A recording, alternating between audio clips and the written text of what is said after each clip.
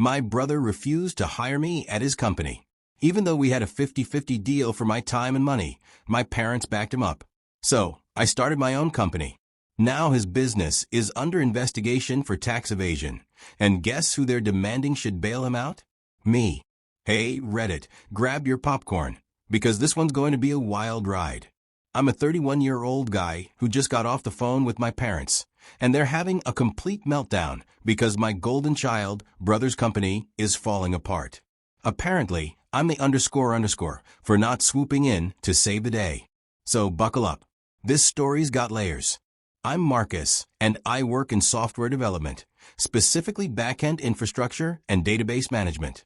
Not the flashy startup stuff you see on TechCrunch, but the boring, essential kind of work that actually makes everything else function. Basically, I build the plumbing of the internet. I've been doing it for almost 10 years now, ever since I graduated college. My brother Ethan, 28, is 3 years younger than me, and for as long as I can remember, he's been the favorite. And I don't mean the subtle kind of favoritism, I mean the kind where my parents would literally forget my birthday, but throw Ethan a surprise party for getting a B+ in chemistry. I'm talking about the kind of favoritism where they'd mortgage the house to send Ethan to his dream college, while I had to take out student loans because, as they put it, it builds character. Growing up, I was the responsible one, did my homework without being asked, got good grades, worked part-time jobs, and never got into trouble. Ethan? He failed his driver's test 3 times, got suspended twice in high school for vaping in the bathroom, and barely scraped through college in 6 years with a communications degree he never even used. Yet somehow, he was still the golden boy. Mom would say things like, "Ethan's got charisma," or "he's a people person." Translation: he's charming enough that we'll overlook the fact that he's basically useless. Meanwhile, I was the one getting lectured for being too serious and needing to lighten up, all because I had the audacity to have ambitions. The double standards were insane. I remember one Thanksgiving when I was 17. I had just gotten accepted to UT Austin with a partial scholarship.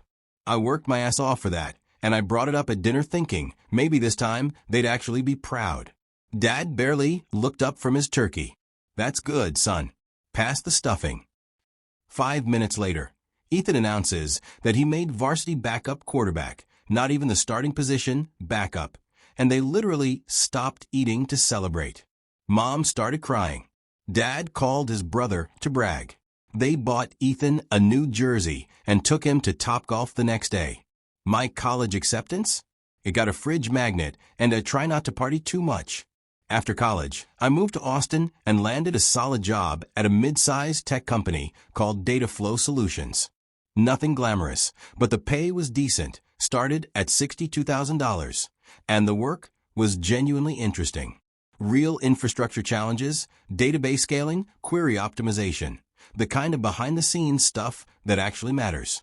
I was building real skills, while Ethan was back home trying to figure out what a W-2 form even was. I saved aggressively because I had this dream of eventually starting my own consulting firm. I lived in a tiny studio apartment in South Austin where the AC barely worked, and I could hear my neighbor's entire life through the walls. I drove a 2003 Honda Civic with 180,000 miles that burned oil like it was a hobby, ate ramen 4 nights a week, and meal prep chicken and rice for the other 3. Every dollar I didn't need for survival went straight into savings. My coworkers thought I was nuts. They'd invite me to happy hour, and I'd nurse 1 beer for 2 hours before heading home. My weekends weren't for brunch or day drinking. They were for side projects and learning new frameworks. I had a plan, and that plan required discipline. Meanwhile, Ethan was doing what Ethan always did, failing spectacularly at everything he touched. After college, he moved to Denver because his girlfriend at the time was going to grad school there. That relationship lasted about 6 months. His stay in Denver lasted longer, mostly because he couldn't afford to move back. He tried to start a craft beer subscription box in 2017 called Hop Drop. Spent 3 months designing a logo and building hype on Instagram, but never shipped a single box. Turns out sourcing craft beer, handling licensing, and managing logistics is hard when you're too busy taking photos of yourself drinking said beer. Then came the streetwear brand, Mile High Threads. He bought about $8,000 worth of inventory from some manufacturer in China. Half of it had misspellings. Literal bootleg quality stuff, where Supreme was spelled Supreme. He tried selling it anyway, got a cease and desist from the real brands, lost all his money, and had to borrow rent from my parents for 3 months straight. He even had a phase where he was convinced he'd make it as a social media influencer. Posted these cringe motivational videos where he'd walk around downtown Denver in a suit talking about grinding and hustle culture. His peak content was waking up at 6 a.m. and filming himself making coffee while talking about discipline. This, from a guy who couldn't hold a retail job for more than 4 months. His most viewed video got 847 views, and I'm pretty sure 300 of those were from family members he guilt-tripped into watching. But here's where things got interesting. About 4 years ago, Ethan called me out of nowhere. We hadn't really talked much, maybe once every couple of months, usually when he needed something, but this time, his voice sounded different. Serious. Focused. "Marcus, I need to run something by you. Got an hour?" We met up when I flew to Denver for a work conference. He actually showed up on time, first red flag. And something about him was different. He had an actual business plan printed and bound, not some half-assed Google document. A real plan with market research, financial projections, and competitive analysis. He'd been working at this marketing agency called Elevate Digital for about 18 months, the longest he'd ever held a job. He started as basically a glorified admin, but had worked his way up to account coordinator. During that time, he noticed something. All these mid-sized B2B companies, manufacturing, software, logistics, whatever, they need good marketing, he explained. But the big agencies won't touch them because their budgets are too small. And the small agencies don't have the expertise to do it right. There's this massive gap in the market. He pulled out his research. He talked to about 30 potential clients and showed me the math. These companies were spending money on marketing, but not getting good results. They were underserved and they knew it. Someone who could come in with real B2B expertise and treat them like actual clients instead of second-tier accounts could clean up. I'll admit, I was impressed. For the first time in his life, Ethan showed real initiative and business sense. He'd done the work, real research, and had thought through the problems. "So what do you need?" I asked. "Money. And help," he said, sliding a spreadsheet across the table. "Need 100 grand to get started. Office space, equipment, initial hires, marketing budget, legal fees, and 6 months of runway. I've got $25,000 saved. I need a partner for the rest. $25,000. I asked, shocked. "You saved $25,000. He nodded, looking proud. Been living with 2 roommates in a crappy apartment and eating basically nothing but eggs and rice for a year and a half. Every dollar from my paycheck went to savings. I'm serious about this, Marcus. This isn't another hop drop. This is real." He continued, "I don't just need the money. I need you. I can do sales. I can manage clients. I'm good at relationships, but I don't know __ about operations. I don't know how to build systems or manage projects or set up the infrastructure that makes a company actually run. You do. I need your expertise as much as I need your money." We talked for 3 hours. He showed me letters of intent from potential clients, solid financial modeling, and a hiring plan that actually made sense. For the first time ever, Ethan wasn't bullshitting. He'd found something real, and he was ready to work for it. Here's where I made my first mistake. I believed him. No, scratch that. My first mistake was not getting everything in writing. We shook hands on a deal. I'd invest $75,000, literally every penny I'd saved over 6 years, and I'd spend nights and weekends helping him build out all the operational systems, the website, the project management infrastructure, everything tech-related. In exchange, the deal was that once the company became profitable, we'd be 50-50 partners. "We're brothers," Ethan said, looking me dead in the eye. "I'm not going to screw you over. This is our company." I flew back to Austin feeling good. Scared, sure. I was about to dump my entire savings into my screw-up brother's business, but still good. Maybe this was it. Maybe Ethan had finally grown up. Maybe we'd actually build something together. I wired him the money that same week, all $75,000. Watched my savings account drop to basically nothing and tried not to have a panic attack.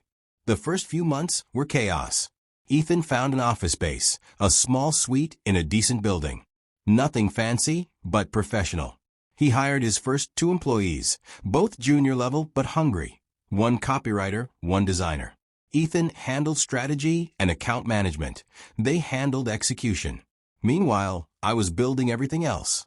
The project management system. I decided to build custom instead of using off-the-shelf because Ethan's needs were specific. I built the client database with full CRM integration, the automated reporting systems so clients could see exactly what they were paying for, and the workflow automations that let 3 people do the work of 6. Every evening after my day job, I'd put in another 4 to 6 hours. Weekends were all in, usually 10 to 12-hour days. My girlfriend at the time, Sarah, was not thrilled. "You're basically working 2 full-time jobs," she said. "And one of them you're not even getting paid for." "It's an investment," I told her. "Once the company's profitable, I'll own half of it." "You got that in writing?" she asked. "It's my brother. We don't need a contract." She just looked at me like I was an idiot. Turns out, she was right. Those first 12 months were brutal. I'd show up to my day job running on 4 hours of sleep and 3 cups of coffee. Missed social events because I had to help Ethan train his new hires on the systems. Canceled weekend plans because there was always some crisis with the website or the databases. But I told myself it was worth it. The company was growing. Ethan landed his first 3 clients within 2 months. They weren't huge, $3,000 to $5,000 monthly retainers, but it was real money. By month 6, they had 7 clients and about $40,000 in monthly recurring revenue. By month 12, 15 clients and $85,000 MRR. The revenue was good, but the margins were tight. Ethan was reinvesting everything, hiring more people, upgrading the office, buying better equipment. I kept asking when we'd formalize the partnership agreement, and he kept saying, "Soon." First, it was, "Let's get through the first year." Then, "Let's hit $1 million in revenue." Then, "Let's wait until we're consistently profitable." Always a moving target. Year 2 is when things really took off. Ethan turned out to be genuinely good at sales. That charm that had gotten him through life without consequences, it actually worked when it came to winning clients. He'd take prospects out for drinks, talk about his vision, make them feel like they were getting in on something special. And because I'd built such solid operational systems, he could actually deliver on the promises. They hit $2 million in revenue that year, grew to 15 employees, moved to a bigger office in downtown Denver, exposed brick, ping pong table, all that startup __. Ethan started posting on LinkedIn about building something special and the entrepreneurial journey. Started wearing expensive suits and driving a leased BMW. Meanwhile, I was still in my beat-up Honda, still working 2 jobs, still waiting for my equity stake to materialize. That's when I started pushing harder about the partnership. I sent Ethan a detailed email laying out everything I contributed.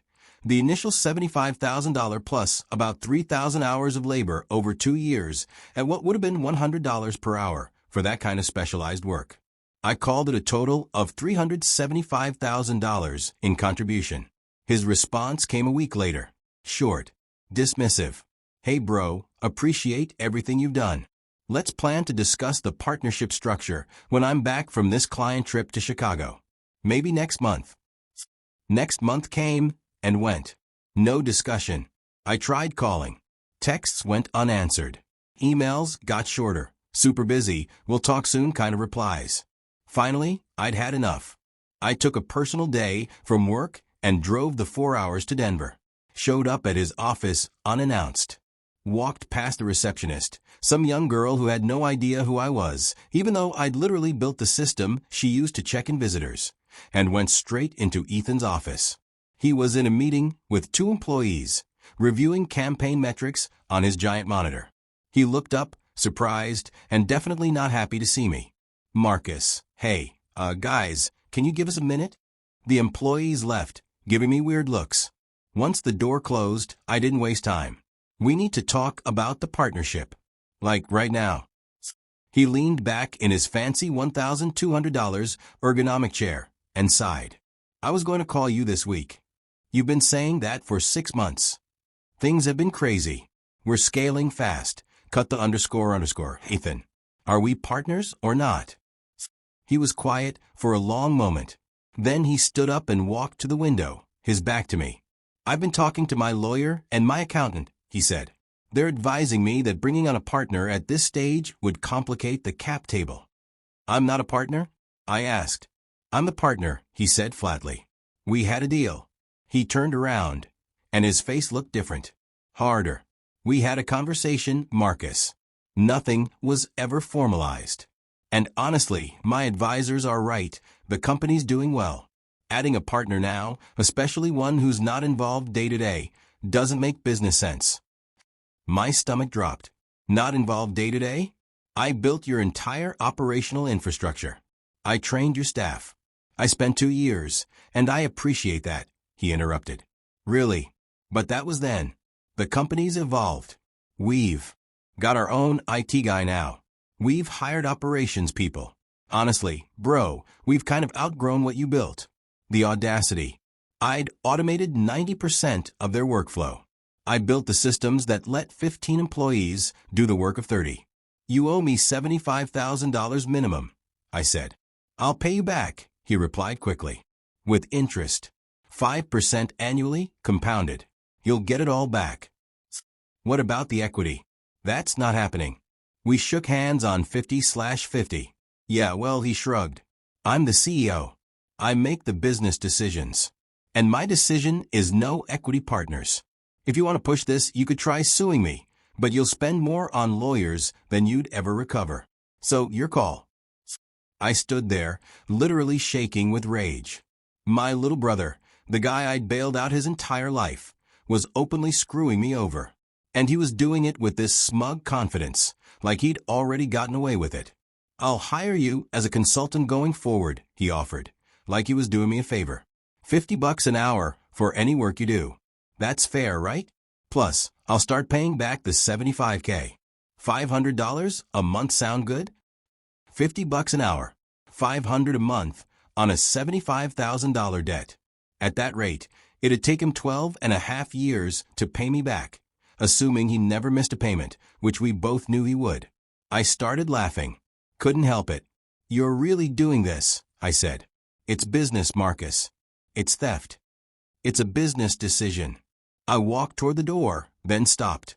You know what? Keep the money. Consider it a gift. But we're done. Don't call me. Don't text me. Don't ask me for __ ever again. Marcus, come on. Get __ Ethan. I slammed his office door so hard the frosted glass rattled.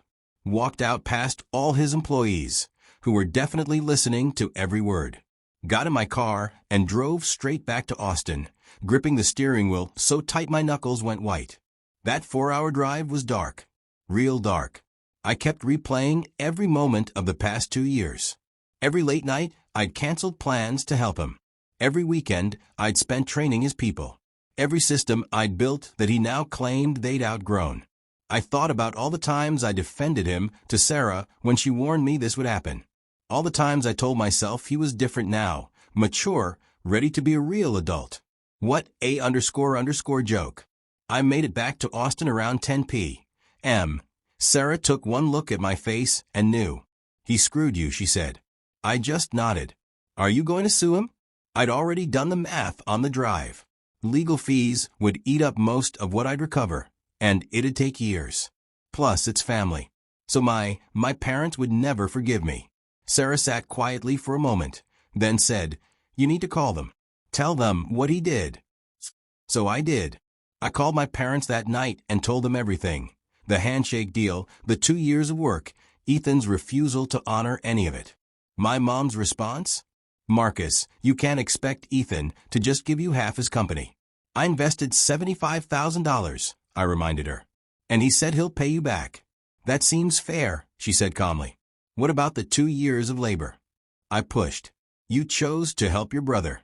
That's what family does. You can't put a price tag on family. I nearly threw my phone through the wall. Did Ethan tell you he was planning this? Silence. The kind of silence that answers the question. Then my dad got on the line. Son, we discussed this with Ethan a few months ago. He was worried about the partnership situation and asked our advice. We agreed that it didn't make sense to give away half the company when he's the one running it day to day. You knew, I said quietly.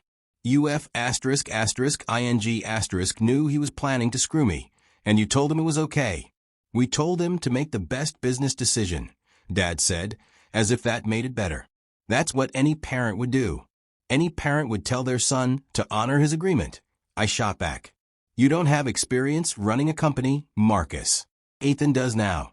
It's his baby. You have your own career. This wasn't ever really meant to be yours. My mom jumped back in, her voice soft but patronizing. We just want you boys to get along. Maybe you're being a little unreasonable expecting so much when Ethan's done all the hard work. I hung up, didn't yell, didn't argue, just ended the call and sat there in my apartment, staring at nothing. Sarah was watching me from the couch. They took his side, she said quietly. They always take his side. So what are you going to do? That was the question, wasn't it? I just lost $75,000 and 2 years of my life. My own brother had stolen from me, and my parents had backed him up. I had every right to be destroyed by it. Instead, I got pissed. Really pissed. I'm going to beat him at his own game, I said. Sarah raised an eyebrow. Meaning I know everything about his business. I know where the inefficiencies are. I know what the clients actually need. I know how to do what he does, but better. If he wants to play this game, let's play. She smiled. You're starting a competitor. Damn right I am.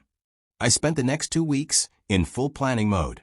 Called every contact I'd made while helping Ethan, and there were a lot. Project managers I'd trained, developers I'd worked with, even some of his clients I'd gotten friendly with during implementation calls. Let them know I was starting a consulting firm focused on operational infrastructure for marketing agencies. The response shocked me. Everyone had the same story. Ethan's agency did good creative work, but the operations were a mess. Projects always over budget, deadlines missed, constant communication breakdowns, all the stuff I tried to fix before he froze me out. Apparently, once I stopped being actively involved, things had started falling apart. Within 3 weeks, I had my first 2 clients. Small agencies, $5,000 to $8,000 contracts to overhaul their operations. Nothing huge, but it was proof of concept. Then I made my first hire. Remember that IT guy Ethan said they'd brought on to replace my systems? Found him on LinkedIn. His name was Derek. He'd been working at Ethan's company for about 8 months and was already fed up. Met him for coffee. Let me guess, I said. Ethan hired you to maintain the systems I built, but he doesn't want to actually invest in upgrading anything. Derek laughed. Dude, he literally asked me to add new features to your database without increasing the server budget. Said we needed to optimize more. I tried explaining that's not how it works, and he told me I wasn't being creative enough. Want to work for someone who actually understands technology? I asked. He was at my office 2 weeks later. The next 9 months were a blur. I was working like a madman, still at my day job during regular hours, building my company every evening and weekend. But this time it was different. This time I owned it. Every client, every system, every relationship, mine. My business model was simple. I focused on the unsexy backend stuff Ethan thought wasn't important. Project management systems, client databases, reporting automation, workflow optimization. The infrastructure that makes agencies actually work. Turns out there's a huge market for that. Agencies are full of creative people who hate administrative work. They need someone to come in and build the systems that let them focus on what they're good at, and they're willing to pay for it. By month 6, I brought on 3 more employees, all people I'd poached from other agencies, some from Ethan's company. By month 9, I hit $500,000 in revenue. Meanwhile, I heard through the grapevine that Ethan's company was struggling. Nothing catastrophic, but growth had stalled. Revenue was flat. A few clients had left. Employee turnover was high. Turns out when your operations are held together with duct tape and hope, eventually it falls apart. I didn't reach out, didn't gloat, just kept building. My first major breakthrough came about a year in when I landed a contract with a 50-person agency called Momentum Creative that was drowning in operational chaos. Their project completion rate was 62%.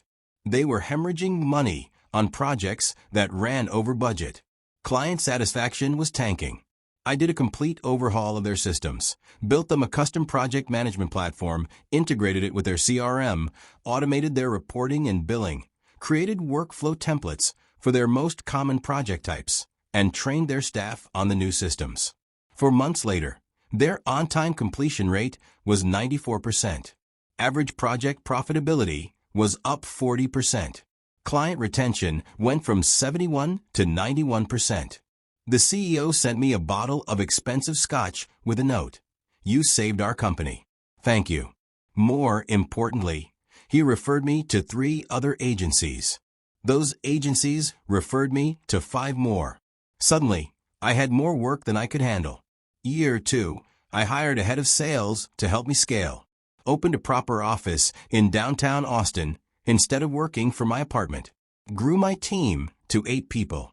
Hit 7 figures in revenue. The moment I saw that number, 1 million in annual revenue, I sat back in my chair and just smiled. I'd done it. Not just recovered from Ethan's betrayal. I'd exceeded it. Meanwhile, Ethan's company was in free fall. Heard from a former employee that they'd lost their 3 biggest clients in 1 month. Payroll was being made late. Ethan had to lay off 5 people. The fancy office got downgraded to a smaller space. Part of me felt vindicated, but mostly I felt nothing. I was too busy building something real to care about Ethan's failures. Then last week, my phone rang at 7 a.m. on a Monday. My mom was crying. "Marcus, we need your help." I was half asleep, confused. "What's wrong? Is someone hurt?" "It's Ethan's company," she sobbed.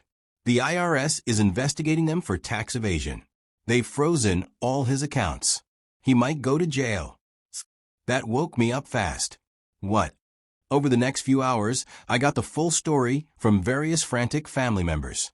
Turns out Ethan had been getting creative with his accounting, hiding expenses to make his profit margins look better, misreporting income to reduce tax liability, claiming personal expenses as business deductions.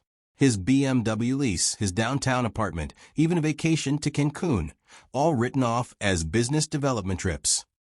Classic amateur hour tax fraud.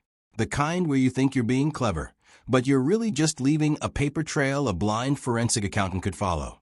The IRS had launched an investigation 3 months ago after one of his former employees, that designer he laid off, reported him out of spite. She'd been asked to falsify some expense reports and refused. When Ethan fired her for not being a team player, she made copies of everything and mailed them to the IRS with a neat little letter detailing every questionable charge she'd seen. Ethan, being Ethan, ignored the IRS letters, thinking they'd just go away. They didn't. Now he was facing criminal charges for tax evasion, back taxes estimated at around $180,000, penalties that could double that number, possible prison time, and the complete destruction of his company and reputation. And somehow, according to my parents, this was my problem to solve. The calls came rapid fire. Mom crying about how her baby might go to prison. Dad tried to sound authoritative, but mostly sounding scared. Ethan's business. Yeah, turns out he'd brought someone else in as a partner after me. Funny how that worked out. He was practically begging me to help. I even got a call from my uncle, my dad's brother, a guy I barely even know. "Marcus, I know you and Ethan have had your issues, but this is family. We need to rally around him." I let all their calls go to voicemail for a full day. I needed time to process everything. My first reaction? Satisfaction. Karma's a bitch, and Ethan was finally getting what he deserved. But underneath that satisfaction was something a little more complicated. This was still my brother, the kid I'd grown up with, the person I once trusted enough to hand over my entire savings to. Then I remembered his face in his office 2 years ago, looking straight at me and saying, "It's business, Marcus." That smug confidence, that complete lack of remorse, the way he'd looked me in the eye and stolen from me. Yeah, fuck him. I finally called my dad back. What exactly do you want from me? I asked. We need you to help Ethan get his finances in order, he said. You understand this stuff. You could fix his books, help him deal with the IRS, maybe even testify as a character witness. So you want me to work for free to save the company he stole from me? Marcus, don't be dramatic. Nobody stole anything. He's going to pay you back that money. It's been 2 years. I haven't seen a single dollar. And this is bigger than old grievances. Your brother could go to prison. Do you understand that? Federal prison. Good. Silence. Long, heavy silence. You don't mean that, my dad finally said. I absolutely mean that. Ethan made his choices. He chose to cut me out of the company I helped build. He chose to commit tax fraud. Those are his problems, not mine. What happened to family looking out for each other? I almost laughed. You mean like how you looked out for me when Ethan screwed me? Like how you took his side when he stole my investment? Like how you knew he was planning to cut me out and you encouraged it? That kind of family loyalty? We didn't take sides. You literally told me I was being unreasonable for expecting him to honor our deal. You told him he was making the right business decision. So miss me with this family bullshit. Family is supposed to work both ways. My mom grabbed the phone. Marcus, please. We'll pay you whatever you want. Just help him. He's your brother. He stopped being my brother when he looked me in the eye and stole from me. When he spent my $75,000 on fancy offices and BMW leases while promising he'd pay me back. When he used the systems I built to make millions while giving me nothing. This is different. This is serious. So was what he did to me. The difference is, I didn't have the IRS to protect me. I just had to eat the loss and move on. So you're just going to let him go to prison? I'm going to let him face the consequences of his choices, something you should have taught him to do about 20 years ago. I hung up and blocked their numbers. But that didn't stop them. They started calling from other people's phones. Relatives I hadn't talked to in years, suddenly reaching out. I even got a Facebook message from my high school girlfriend's mom somehow. The family phone tree was working overtime, trying to guilt me into saving Ethan. The worst part? My mom showed up at my office. Actually showed up in the middle of a workday, causing a scene in my lobby, crying and begging, telling my receptionist how her ungrateful son was abandoning his brother in his darkest hour. I had security escort her out. I felt like shit doing it, but what choice did I have? That night, I wrote an email and sent it to every member of my extended family. I laid out the entire story in painful detail. The deal Ethan and I made, the $75,000 I invested, with attached bank statements as proof. The 2 years of labor I put in, the time logs I'd kept. How he cut me out. I even attached screenshots of our text conversations where he refused to discuss the partnership and how my parents knew and supported it. Dates, details, everything. Then I wrote, I have built my own successful business without any help from the family that betrayed me. My company did 8 figures in revenue last year. I employ 23 people who depend on me. I have clients who trust me. I built all of this after losing everything to someone who promised to be my partner. Ethan's legal problems are the direct result of his own illegal choices. He committed tax fraud. He ignored the IRS. He broke the law because he thought the rules didn't apply to him. Those are his consequences to face. I will not be helping him. I will not be consulting for him. I will not be bailing him out. If anyone contacts me about this again, I will cut them off completely. This is not a negotiation. This is not up for discussion. This is final. For those of you who think I'm being heartless, I'd ask you to consider, where was this family when Ethan stole from me? Where were these calls begging for fairness and loyalty and help? You can't demand I be the bigger person when nobody asked him to even be a mediocre person. I'm done. Leave me alone. The responses were mixed. Some family members apologized, saying they didn't know the full story. Others doubled down, sending nasty messages about how I was vindictive and cruel. One cousin even called me Satan, which was dramatic, but whatever. The best response came from my uncle, my dad's brother, the one who'd called me first. He sent a private email that said, "Marcus, I owe you an apology. I didn't know the details. Your father painted a very different picture of what happened. After reading your email, I looked into it more and talked to some people. You're right, they've been enabling Ethan his entire life and expecting you to clean up his messes. For what it's worth, I'm proud of you. Not just for building a successful business, but for having the spine to stand up to this family's bullshit. We could all use more of that. If you ever want to grab a beer without the family drama, let me know." That email meant more than he probably knew. Then, today, the hits just kept coming. I got a call from a lawyer representing Ethan's company. Very professional, very carefully worded. They wanted to make a formal offer. If I agreed to consult on fixing their books and dealing with the IRS situation, they'd pay me $200,000 up front and give me 10% equity in the company. I listened to the whole pitch. Let the lawyer finish his carefully prepared speech. Then I started laughing. Couldn't help it. "Let me make sure I understand," I said. 2 years ago, Ethan told me there was no room for partners. Told me my work had been outgrown.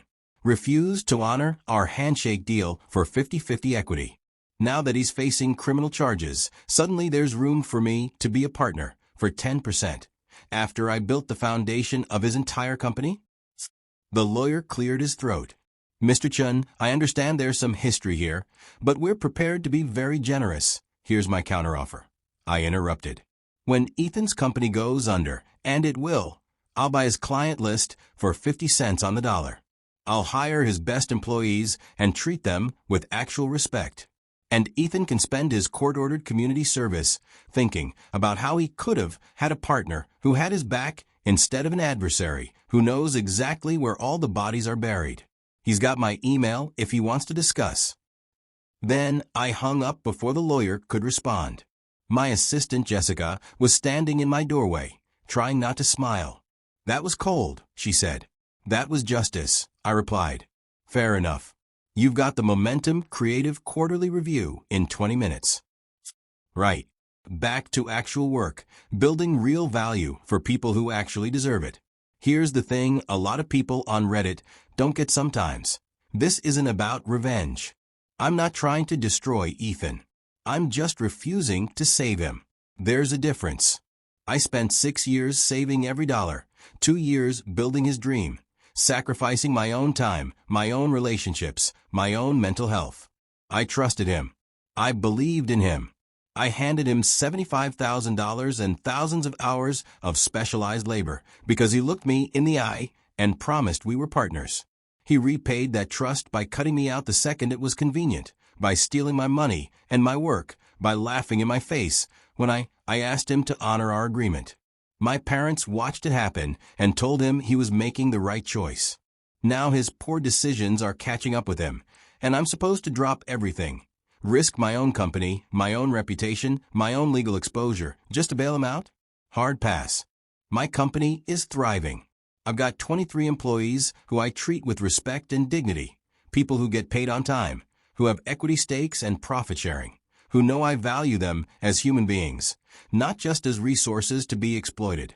I've got clients who appreciate my work, who refer me to others, who trust me to handle their most critical operations because I've proven, over and over again, that I deliver what I promise. I've built a life I'm actually proud of. Why would I risk any of that to save someone who betrayed me? My parents called again this morning.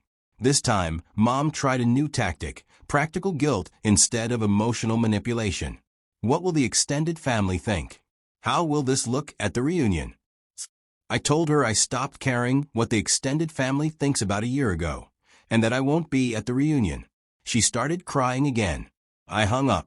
I should probably feel bad about that. Maybe I'm becoming heartless.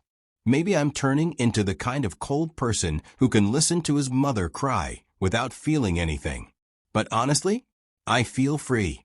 For the first time in my life, I'm not bending over backward to earn my parents' approval. I'm not fixing my brother's messes. I'm not sacrificing my own success to prop up someone else's failure.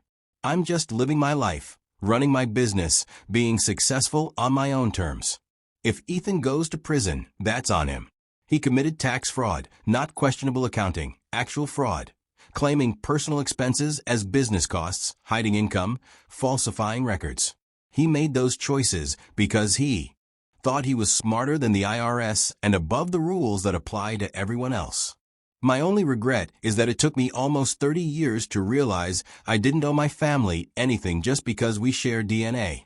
Being related doesn't entitle you to someone's time, money, or forgiveness. Sometimes, the healthiest thing you can do is walk away and let people face their own consequences. So that's where we are. Ethan's company is circling the drain. The IRS investigation is moving forward. My parents are having daily meltdowns. Half the extended family thinks I'm a hero for finally standing up to decades of golden child bullshit. The other half thinks I'm a monster for abandoning my brother in his time of need. Yeah, I realize this sounds cold. Maybe it is. But I'm tired of being the person who sacrifices everything while everyone else gets to fail upward with no consequences. Ethan had every advantage growing up. He was the favorite. He got the attention, the support, the second chances. My parents even mortgaged their house for his college. He got endless patience for his failures. He got my $75,000, my labor, and my trust. What did I get? Student loans, indifference, lectures about being too serious, and a betrayal that cost me years of my life. So no, I'm not helping. I'm done being the safety net for people who would never do the same for me. It's been 3 weeks since my original post, and things have finally reached their inevitable conclusion. Ethan's company filed for bankruptcy last Friday. The IRS penalties, legal fees, and client exodus were just too much. The company's being liquidated to pay back taxes and legal bills. Ethan himself took a plea deal. No prison time, but 2 years of probation, $250,000 in fines and back taxes, 500 hours of community service, and a permanent surrender of any professional licenses. He's also banned from serving as a corporate officer for the next 10 years. His career in business consulting is effectively over. My parents drained about $80,000 from their retirement trying to keep his company afloat and pay for lawyers. They're not destitute, but they're definitely not retiring comfortably anymore. Mom called to tell me this, like it would make me feel guilty. It didn't. They made their choice. 3 of Ethan's former employees reached out to me about jobs. I hired 2 of them, good workers who'd been stuck in a toxic environment. They're thriving at my company now. As for family relationships, I had coffee with my uncle last week. He told me he's watched this golden child dynamic play out my entire childhood and was glad I finally stood up for myself. Said he wishes he'd said something years ago. Everyone else? Still giving me the silent treatment. And honestly, I'm fine with it.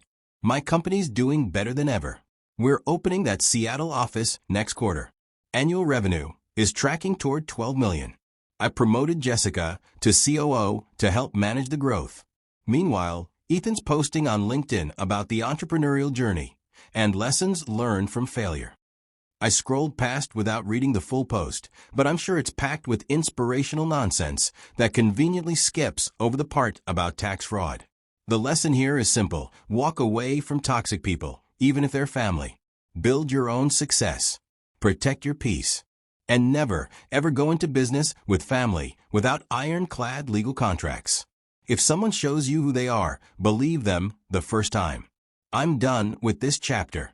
Thanks for listening, Reddit. Hope your families are less dysfunctional than mine. Peace out. Oh, and by the way, YouTube just dropped this new hype feature. If you're hooked on this story, smash that hype button.